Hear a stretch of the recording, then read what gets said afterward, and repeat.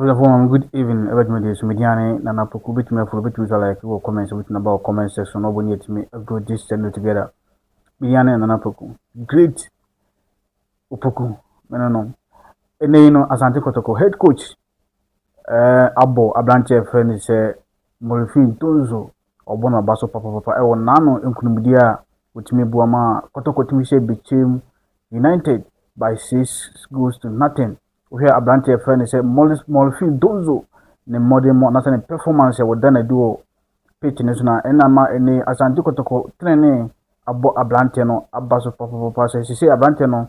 enya ne rhythm aya se no Ablante no ebe hyaase atoto entena de ama Asante Kotoko he na no match course na Ablante fresh Molfin Donzo S2 atena minu de ma Asante Kotoko aya woto aso eje man of the match no enso e wo hono ever since na Ablante ne ba Asante Kotoko no wabo several matches, so many matches, but now Otimi Ashe only one goal against Accra House of Folk. It now no name became united. They say so Babanya last sports stadium Ablante no etimi si from episode ho Accra eto entanamino edema Asante Kotoko. Enama coach Karim Zito enso so abo Ablante no abaso papa. Say ye hwe edemu se Nyankopon ya dum so a ye match ye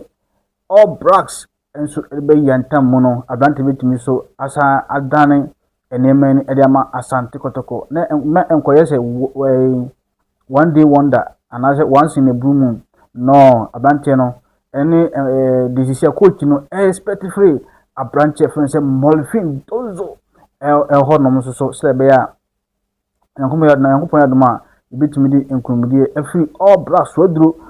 diaba baba yara sports stadium na so da yeba Kumasi enso e wo honom na Ablante fese Molfin Donzo che unyan rhythm se de na no unyan na bim se enkunumudi betimi akọ ede ama Asante Kotoko na hwe match se ebedi di so e bebo ya Mediema ene Accra House of Folk sa match ni de beba live yes Kotoko ne yine de intima live sa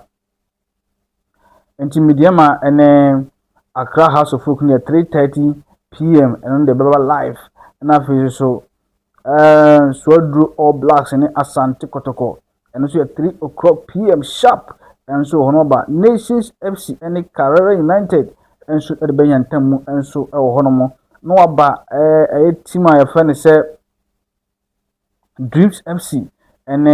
Baseke Holy Stars. And so at and so Honom. Now face 11 wonders and so go stars and so at the baby so honom na face so sabazo became united the nano be dincho e baba yara sports stadium Kotoko chichire eka insia ade so omo so ebo ho de se ene no ebre omo so kofi no niam betima kuye ede ama omo so e wo honom nti na ama became united and so ne Brekum Chelsea enso ena ede behihye so enso e wo hono Bekum Chelsea so enye bayra abrewajo enti ene ye hwese de nema besi akodi ama Bechem United enso so e wo hono ni aba Aduana FC ana se Aduana Stars enso ni Visions enso e wo hono hwese Aduana ede Kotoko achi enano ebe Kotoko 6-0 no obeda first ma Mediema beto so second na Mediema ne Gold Stars ewo outstanding ne bra mo di share so no ko etipenko engine enti no ama ye say Mediema abeda so with 31 points aya already Kotoko just 1 point pe enso ewo hono na face so Samates 1996 ene Young Apostles enso e de benyantam mu enso ewo hono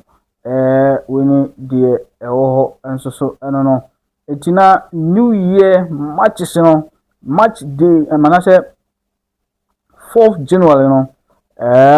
Asante Kotoko ene Swadro All Blacks na be so ewo Swadro na misen kungie beko ede ama Osekrom boys the fantastic boys the Pokopa Warriors misen kungie beko ede ama na ewiet mako so di ede ama Asante Kotoko na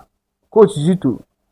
abo Ablante friend say Molfin Donzo e wana no ne performance ya o danadi esa to aso enya man of the match enso e wo honom no waso mo team ma hweme so betime follow betime so like wo comment fabra wo comment section wo na bo am na go this channel together media ne ana poku great opoku makramo bye bye.